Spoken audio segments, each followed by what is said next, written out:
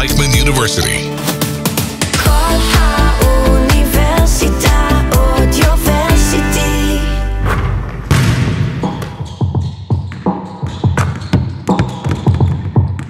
The Baseline. Stories from the court with Jonathan Rears and Mayor Cohen. Hey guys, welcome back to The Baseline, Season 2, Episode 2. Really fun guest today. We had Alex Leader on the pod. It was an amazing interview. Super funny. I think you guys are really going to enjoy it. I got the opportunity to go with EJ to Alex's game on Friday. They played against Sfat, Maccabi Ra'anana against Sfat. And we got to see Alex Leader play up against Ofek Reef, our first episode of The Baseline. It was very fun.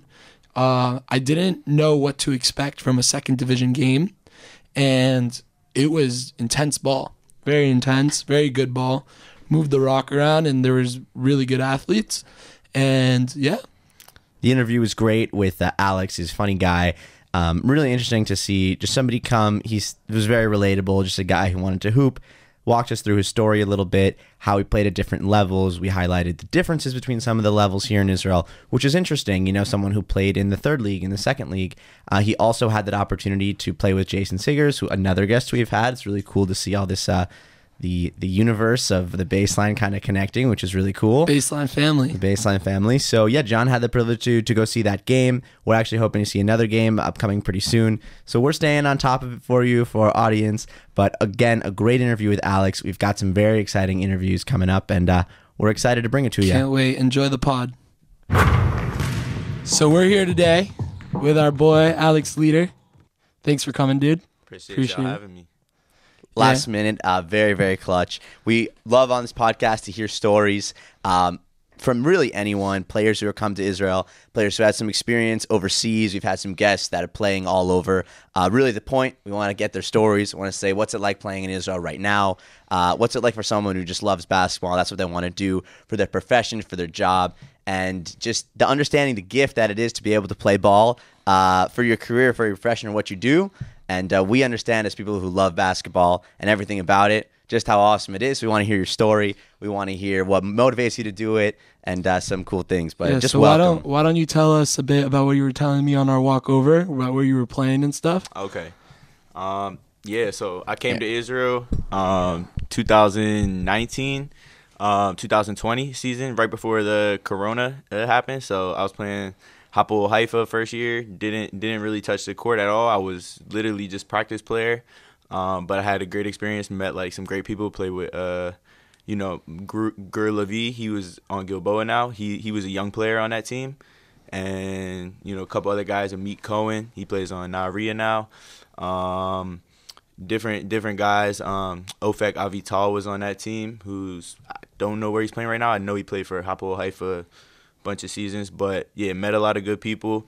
Eventually I got loaned to a third division team in Kiryat Bialik, where I finished that season, which was a great time. Did not win a lot of games. I mean, we were like, I would say a low budget third division team.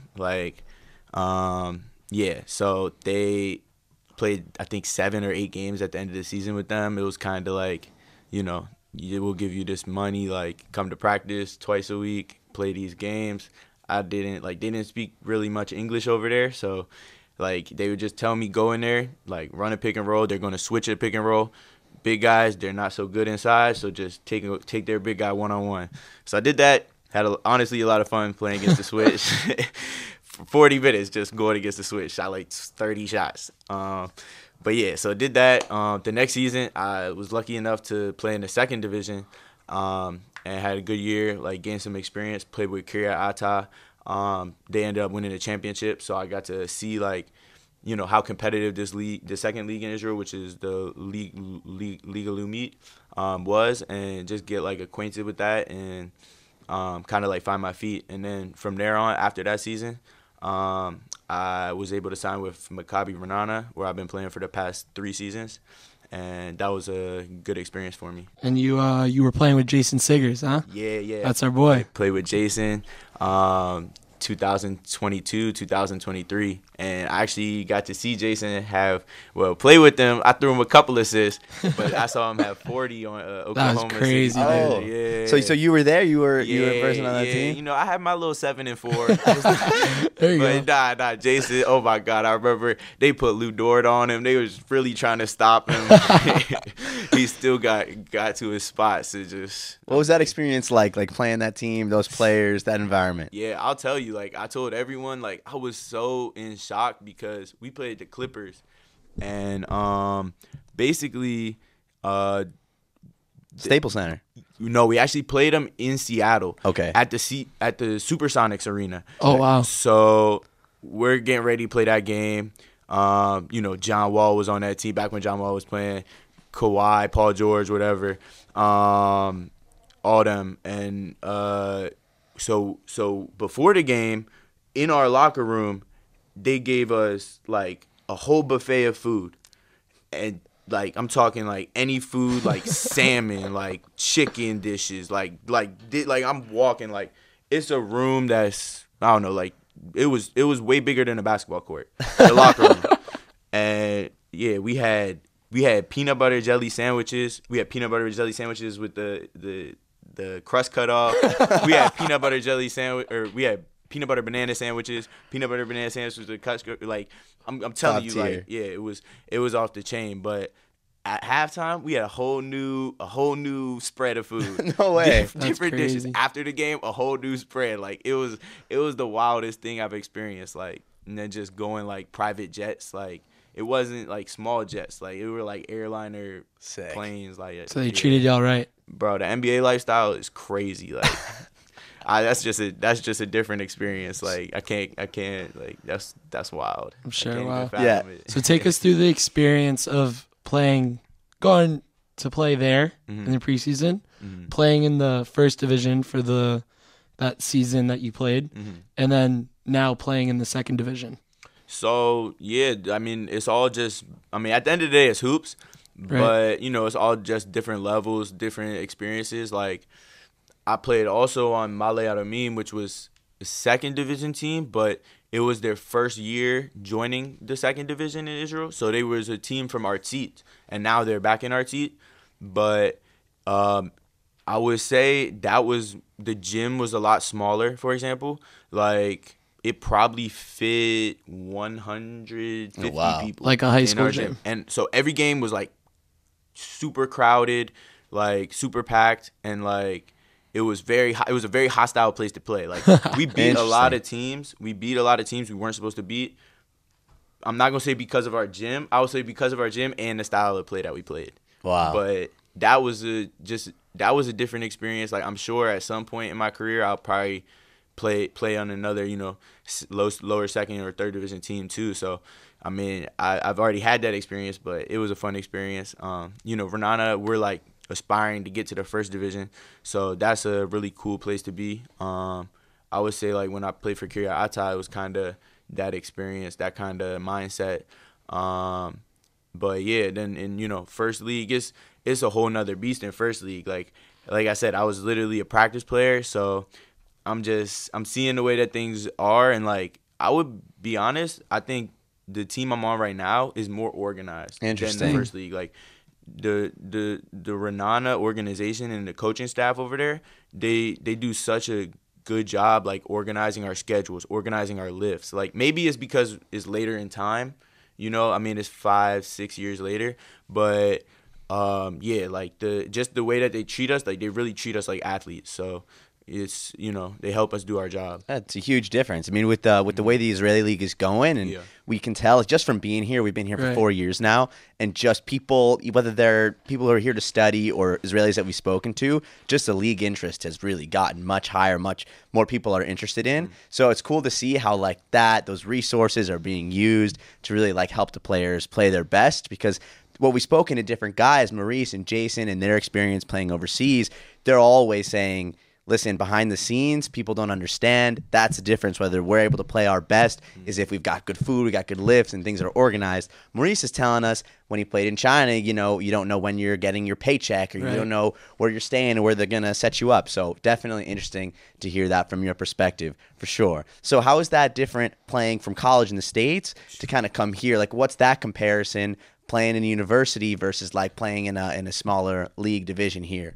Well, I'll be honest with you. So I was never like a highly touted guy. So my college experience was probably a lot different than a lot of other people's. My whole basketball career is probably different from a lot of people because, I was kind of on that path, I would say, when I was in high school, younger in high school, like 10th, 9th, 11th grade even. 11th grade for sure. Like, that's when I was, starting to get recruited, colleges calling, all that. My senior year, I got hurt, and things didn't work out. Kind of had some off the court drama and stuff like that. So I ended up going to, the local Division III school to play, and we had a really good team, and it was a fun experience. Like, but it was not organized. Like, the coach basically was the guy that picked my classes, and like, so my whole college experience kind of started off on kind of like a jagged foot. So I played 2 years there. We were a really good team. My coach gets sent out, for something that like he probably shouldn't have gotten sent out for. But they, I guess, had it out for him. So he left. I ended up leaving too when he left, and that whole year I didn't go to college. I was just working and just figuring out what I was gonna try to do. And a buddy of mine, he's actually a Jewish guy, got a job at a local school that was near me, another Division III school called Gettysburg. They're actually nice this year. They're 4-0 right now. They probably gonna be top 25. He basically was like, "Yo, I just got this job at this program. We won 6 games last year. Do you want to like come help me rebuild it? And like, I want you to play for me." And he was like, so I go there. He's the one that really kind of told me about the ability to go and play in Israel with the passport. And he was like, I actually like been to Israel before just to visit family and stuff. I honestly didn't even know there was basketball league here. But yeah, it probably wasn't as big back then. Yeah, because when I visited here, I was 10, so it was probably like 2006. Totally Yeah, different. no one scene. was coming here. Yeah. I stayed. I actually stayed though I was staying in Tel Aviv, and like I remember specifically going to the Hilton Beach, and like. Yeah, I definitely had some good memories here. That's amazing. Yeah. What's it like to kind of see more people from overseas, from the U.S. really come to want to play here? Like, Pat obviously Bev. we know Yeah, Pat Bev. yeah. Like, hopefully that's going to start a great trend of guys and players wanting to play here. But as someone who's been here for the past few years, like, what's kind of the attitude from maybe even the players in the leagues kind of getting more excited about, look who's coming over, the competition's getting better. So what's the attitude like? I mean, I love going to games. Like, I was at the game 2 nights ago where Hapoel Tel Aviv played Holon. So That's a that was good game. oh my God, it was a great game. Holon fans are crazy. Bar Tamor is a dog. Yeah. But yeah, like I said, it's a lot of good hoops out here. Whether you go into a first league game, you go into a second league game, you go into a third league game, like you're gonna see guys competing out there. You're gonna see different styles of basketball, different decisions, different schemes, all that. So whatever it may be, I think it's a really cool, really interesting place to be in Israel, and like to see like how the basketball scene is expanding. The Israeli players, to be honest, getting so much better. Ben Saroff. Yeah. He's going to the league He's probably. going to the league. Yeah. He's cold. He was 16 playing in my league, cooking motherfuckers. Like, I'm like, this motherfucker is 16. Like, he should be in 10th grade. Like, he should not be doing all this. Yeah. He had a game 30. They're saying he's going to go to the lottery. Yeah, I mean, he could. I mean, he's a great player. Like, he's having a good year, too. A lot of it's going to depend on how he shoots, how he shoots the ball, when he goes over to combines and stuff like that, and like continue to shoot the ball this season. But he's doing a great job, and he can really score. Like he's got the attitude. He's got the right attitude, the right mindset. So he's gonna do big things. That's amazing. Yeah, we're excited to kind of see that and be here for when that's sure. happening and that process of seeing. And now they got a World Cup coming, and Yeah. Ben Saraf is also playing on that team for Israel. Yep. That's going to be super interesting, and just like you said, like the guys here are getting so much better. Yeah, You see I think it was the 18U team with Omer Meyer also, Yeah. and Ben Saraf. They were Yeah. cooking. They was cooking. Yeah, They were cooking. They lost by maybe 3 or 4 points In in the overtime, finals. I was watching. It was, Yeah, it wow. was tough. That was crazy. But back to the American guys playing here. You're talking about the basketball scene and stuff, but off the court, how do you see how they go about it? You've been here for COVID. You've been here now since the war. Right. So take us through how they kind of have that mindset, and do you do anything to kind of help them with that, or? Yeah, I think that Israel is a really nice place for Americans because you got so much English speaking, and definitely in Renana, more so than any other team I played on, it's so much English, and it almost feels like I'm in Europe. I don't know, maybe France or something. There's so many. There's a lot of French people, in and Renana. there's all bakeries and stuff. That's the main thing they have. So they got good croissants. It's just a nice it's just a nice vibe. Nice place to be. And then you got the beach too. It's warm out Beautiful. here. People is oh, Israel, it's the desert war zone, and they just don't know. It's They have no idea. yeah, it's a beach with beautiful restaurants, beautiful people, everyone's friendly.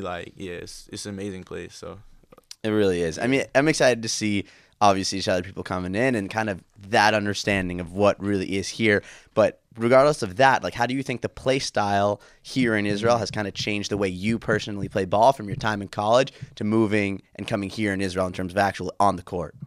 So yeah, no, for sure. I think Israel has a very unique style of basketball. Like I said, I was talking to you about the pace of the Israeli. Oh, that's my alarm. Make sure I wake up. The play style is very fast, and it's also physical, but it's not so much banging down low in a slow paced game. A lot of it is quick. There's a lot of guys that can shoot the basketball on the court, so you're playing with 4 or 5 guys that can shoot at all times. So there's a lot of possessions. It's a high possession game. A lot of pressure defense. That's pressure defense. Shout out to Pat Bev, but that's what I get paid for. So I know that's my job. I know when I'm coming in the game, my job is to pick my man up, Just be a pest. and if he not gonna dribble the ball up the court, which most of the time he's not, I'm all over the court. I'm talking, I'm communicating, I'm running through screens, whatever. I'm in gaps heavy, all that. So I think definitely the pace of the game is a lot faster, definitely than college. I mean, 30 to 24 second shot clock changes it a little bit, but I think the style of play is more aggressive. It's more fast paced. That's amazing. Yeah, that's interesting. That's what we've been hearing. Totally different style. Maybe less spacing, less room, but also just a more physical game, which maybe limits the creativity a little bit. But also on the other side, the getting rid of the individual and working with the team is way more important here and in Europe than when you're in the U.S. You'll see more isolation ball or anything like that. So that's really interesting. So if someone is, let's say they're playing in the U.S. and they're preparing to move to Israel, what is something that you're telling them, or just playing in Europe in general, hey, this is what you got to get ready for, this is what you should train to do, and this is the main difference is this is how you can be better here? Yeah. Honestly, I think the biggest thing for basketball is catch and shoot. If you can be a knockdown, catch and shoot, obviously you got to play defense. Obviously 3-and-D. you got to make the right decisions. But if your baseline is just I can make catch and shoot, you're going to get minimum 9 points. If you can make your catch and shoots, you're going to get 10 points, 9 points every game, minimum. That's the baseline. And then The baseline. past that, past the catch and shoot, I would probably just say play one-on-one. That's all I really do is I play so much one-on-one. That's in the summers, all I want to do is just play one-on-one. I don't even really want to play 5-on-5 because it turns into when you just playing pickup, it's just like becomes ISO. We gotta get a game in. Yeah, nah, I This just guy's, man, he's legit. Yeah, Yeah, I can play a little bit. Inter Elite might gotta bring Inter Elite up. Yeah, They've been trying for a while now. What do you think? I think Austin Reeves and LeBron maybe were talking about. Definitely Austin Reeves was talking about it. He said 3-on-3, 1-on-1 basketball isn't real basketball, and they actually said 5-on-5 is like how you are supposed to learn the game. I think like passing wise, shot creating You wise. see now the He's Olympics, right. they're He's- having all these tournaments. He's Right. right. Listen, like 5-on-5 is 5-on-5, but I'm saying like the 5-on-5 that I at least play in, like in the summer, if I'm just gonna go like play with some people at the gym, near my house, like I'd rather just play 1-on-1, like with some than- comp. Yeah, for Yeah. sure. I mean, like even when you go play in comp in 5-on-5, that's pickup. Like it's still just like I'll play if it's like a pro-am league or something, and like I'll play sometimes. There's some runs I'm gonna play in, but for the most part, like the way that people play is just like ISO basketball. Right, you're getting way less touches. Yeah. Like I'd rather just play 1-on-1, get my work in, get better, focus on what I can control, and like, obviously I'm playing like 2 dribbles, and Right, 3 dribbles. yeah. You know what I'm saying? Like it's all game situation stuff. So what is like a team practice here? Like you guys run through plays, you guys scrimmage. How does it work? We do like 1 shooting drill, then we stretch, then we do a transition build-up drill, like Okay. transition 3-on-2, 2-on-1. 3-on-2, 2-on, Yeah. or just 3-on-2. Yeah, 3-on-2, or we do like 2-on-1, 3-on-2. You know that one, like, 4-on-3, then 5-on-4, Yeah. and then 5-on-5. We do either that, and then we just play 5-on-5 after that. Okay. Yeah, Nice. That's it. And then at the end of practice, we'll shoot for like 10 minutes. So you were saying that 5-on-5 ball when you go home, obviously the American lifestyle, like they're watching NBA hoops, and it's a lot more spacious and it's a lot more Yeah. ISO ball. Yeah. So you think now when you play here in the 5-on-5, even in practice, you think the ball's moving around way more? Yeah, I mean, we're also like running sets and like, Right. it's practice. So these are the guys that we play with all season. So it's going to be like real hoops. Yeah. Like even at home, like I have 5. Like if I get my 5, like my guys, like we gonna play good hoops. You feel me? Like The other that's team's for sure. cooked. Yeah. The other team's cooked. We winning by 40. Like, you can check my receipts, but nah. Like for the most part, like say I just pull up to the gym and it's like I'm just playing. It's gonna be like someone's gonna pick me up on their team. Like then it's it might be good guys that know what they're doing and stuff. But for the most part, it's gonna be boom. Someone dribble down, get a pick and roll, shoot it. Yeah. Or maybe they throw it up one time. That person dribble down, ISO, shoot it. Like, We always been talking about how Europe ball is a way different game. We talked about it Yeah. with Jason a lot actually. Yeah. And how like the NBA kind of prioritizes on like scoring Flashy rather plays, passing. scoring. That's kind of the environment that they're like built on. Entertainment. Obviously, it's different here. It's more team oriented. than you're getting less fouls here than there. Like Jason was talking about how the rim just looks bigger when you guys play there. Did you feel that? I mean, for the NBA, yes, for sure. It was easy to score in the NBA. Like, it's you're gonna get open shots. Like that's how the NBA is set up. The rules are set up to get people open shots. Like it's an offensive oriented league. It's entertainment oriented league, as opposed to here. You got defensive 3 seconds. Like, other rules. I would say physicality. Like it's physical everywhere, but yeah, I would probably say they let more stuff go here. Like when you I'll were, be honest, third division Israel, that's the most physical league in Israel. Interesting. That shit like is they coming to kill every Right, night. everyone's Like, trying to survive. Everyone's Bro, trying to keep going, keep They playing. just trying to make it up. Like they just try to get their money. Like I mean that's everywhere, but like third league like is really kind of like the trenches. Like that's like you're probably not living so good playing third league, to be honest. with you. Interesting. Like, yeah. Right, I was I played curious. third league. I remember. So with all these guys who are signing 1-year contracts, whether they're coming, how does that like affect? You've been with Renata 3 years now. Yes. So how does that affect like new guys coming in, new guys leaving, team chemistry? Yeah. And do people sign multi-year deals, or is almost everyone on these 1-year contracts, and then you kind of gotta see who you got each year and play a different way? So I think it depends on the player. Most guys sign 1-year deals for the most part, but I've seen 3-year deals. I've seen 2-year deals. I've seen 5-year deals actually one time. It's probably rare though. Yeah, Gur Levy was like with or maybe he might have been on a 4-year deal, but he was with Hapoel Haifa and they loaned him. Like, so you might see a guy who's with another team, but he's being loaned. So when I was with Hapoel Haifa, I wasn't playing for them in the games, right? So I was playing like on Kiryat Bialik. They had loaned me. Gru, when we were on Kiryat Ata, Hapoel Haifa had loaned us to Kiryat Ata. Then when we won the championship and moved up, they like snatched Gru real quick. They was like, nah, he right back with us. Oh wow. So then he was with them the last 2 years in Winter League, did great, and now Gilboa. But yeah, so What was the after party like winning the league? I was in Male Adumim. No after party for me. I ended up leaving that team, going playing for Male Adumim. So I was in a position where I was playing two minutes like the whole season, 9 games. I played 2 minutes. So I was like, yeah, like if I do this, like it's cool. Like I love you guys. Like it's a great team. Like the coaches, everything. But I'm like, I'm not gonna have a job next year.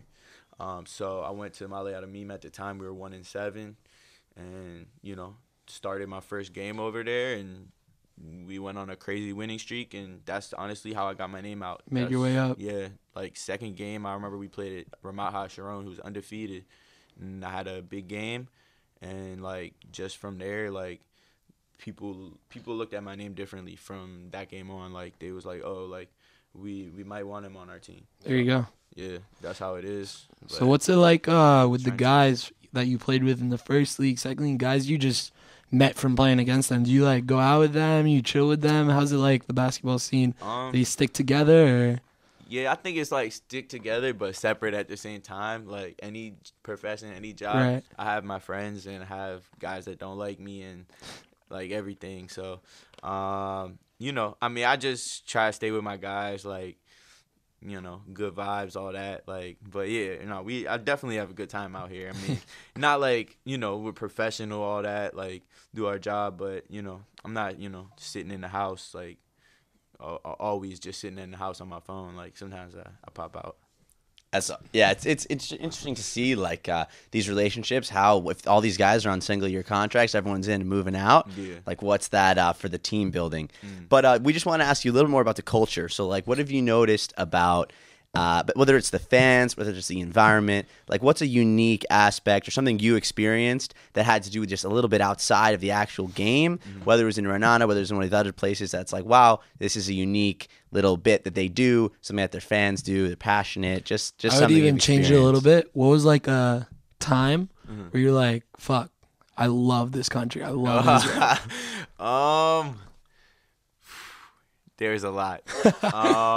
Give us a few. Man. All right. Here's one. Like, when it was sunset, like, 3 weeks ago, you know how they have, like, the rocks in Tel Aviv that's, like, Yeah, on the of water? course. So I was It's just, like, gorgeous. I basically took my speaker, took my phone, and just swam out there, got out there to the rocks, and I was just chilling on the rocks, like, enjoying myself, had, like, a drink with me, like, just sat there, enjoyed it, watched the waves crashing on the rocks, like, just little things like that. I love that stuff.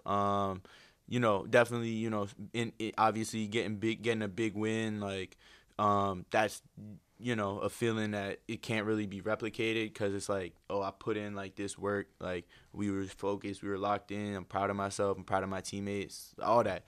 That's, a feeling in its own.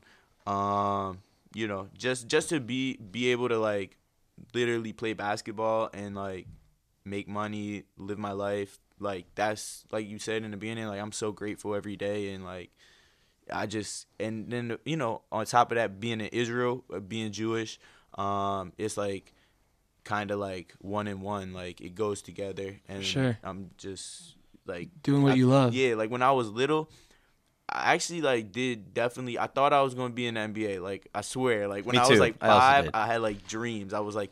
And I really thought my dad was in the NBA. I was like, yo, you weren't in the NBA? When he told me no, I was like, damn, like, lame ass. Like, I was disappointed. But, nah. But then I realized, like, I was really just having visions of myself now. And There you go. Yeah, so, yeah. So, Crazy. question for you. When you played AAU also, right? Yeah, So yeah. you played AAU. Yep, I'm sure you made some good friends there. definitely. College ball, you made some good friends. Yep. Have you experienced since the war started like any backlash from some guys back there? Yeah. So like, I played for Team Takeover on the Nike scene, Oh, sick. and it was a good organization. And like, actually, the head of the organization, when everything was going down, he reached out to me and was like, "Hey man, like I want to make sure you safe." Like, he was actually my agent when I first came to start playing professional. He's working with Clutch now. Oh, nice. So he sold his agency and stuff. But like when I first came out here, like he was the first person that kind of got me in touch with Hapoel Haifa. But yeah, Keith Stevens, great guy. He actually reached out to me. He was like, "Man, hope you're safe. Like, love you. Like, just want to let you know, like, we stand against anti-Semitism, like all that There stuff." you go. So Again, with the war and everything going on, Yeah. even better was to see more athletes coming here now. Yeah. So surprising. To crazy see because there's like missiles every day. Like there was bombs today. We were going to shoot Yeah. around. this morning. Yeah, they were like running the Mamad. I was like, I'll get there. I like Gotta get a few more I'll shots be honest, up. I'll be honest. Nah, I was outside. I was walking in the gym. I was just like, I kind of just want to like wait and like see it, like the bomb. Like, the little, I'd rather do that than be like in a Mamad, cause like, bro, if I'm in a Mamad, that shit just hits me like I'm dead, like regardless. You know. We were hooping the Could other say day. When that. the siren Yeah, goes we were off. hooping over here at the park. You Siren saw, goes bro. off. We just like went It down was the to one the that floor. was in Ramadan. Nah, it was a like week like ago. last week or Oh, okay, something. okay. But we're Yeah. hiding. We're under a tree and we're watching it happen. But Yeah, you know, it was crazy. then, But you we know- just kept hooping afterwards. though. wait a few minutes. We're like, That's the life, bro. That's game That's the point. reality of it Yeah. out here. It's game point. We So gotta keep going. you said you guys were heading to practice. You have guys on your team who are like not Jewish from America, right?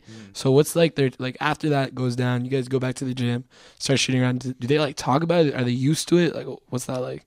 Honestly, like my friend Jarius, he even also didn't run to the bomb shelter. Like he was like, oh, like yeah, I mean, and then like It's life. Yeah, like he was like, oh, this like the first time it happened, I remember it was like actually like hella rockets. Like that shit was loud, like going crazy. And he called me. He was like, bro, this shit like Call of Duty. He was like, they got the drone strike out here. I was like, I think it was when Iran sent the attack. Yeah. And, That was loud. yeah, that one was wild. Crazy to think about. Yeah. These guys, I know that Pat Bev, they travel across Europe, Mm. and Pat Bev's he was saying this on his podcast. They kind of asked him like, do you want to come back to Israel and like continue playing? Because some of the international guys, they don't play in the Israel League because they can't play everyone. And they asked him like, do you want to come? And he says this on his pod. He's like, of course I want to come. I want to be with my team. Those are my brothers, you know? And I was just like amazed because it's awesome. Like you're choosing to come to like a war zone, you could say. Yeah. But at the end of the day, he's like, you know, I'm like 7 hours at the beach. Like I got my private beach. Yeah. I got like an amazing life here. They get $2 million. Yeah, right. They hooked him up.